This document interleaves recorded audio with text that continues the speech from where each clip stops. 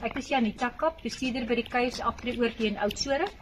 Ek gaan julle 'n bietjie bekendstel vandag aan die oord aan die bestaande eenhede. Hier is heelwat eenhede wat hier is en ook herverkope huise wat beskikbaar is. En dan het ons ook heelwat nuwe woonstelle en huise wat ons nou vir julle gaan wys. Soos julle kan sien is ons inwoners baie lief vir tuinmaak. Gaan ek vir julle wys waar ons nuwe eenhede wat huidiglik beskikbaar is. Al die kontakbesonderhede is op hierdie bord. Liesel Neetling is ons bemarker vir die nuwe eenhede. So kom ons gaan kyk gou lyk dit daar.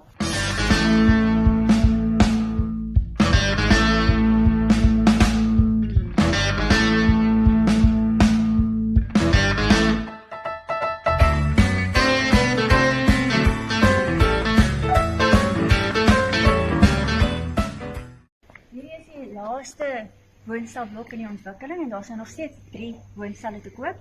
En die is 'n huisbak en ons het solarpanele, so dis 100% toeganklik.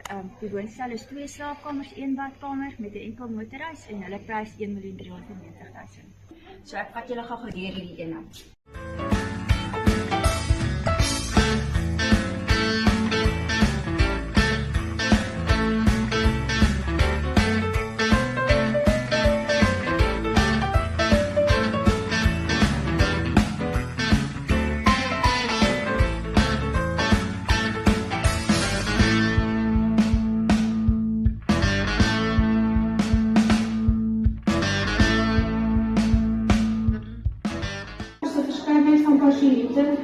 Pasiënte met demensie, pasiënte met algemene verswakking, verskillende mense wat inkom as hulle loopvervanging gehad het of hulle wil net herstel, dagbesoekers, familie wat dalk met vakansie gaan en hulle weet nie waar hulle mamma en pappa te los waar dit veilig is nie, en dan bring hulle net daartoe. Dis nie soos 'n 3-bed saal waar nou niemand in is nie.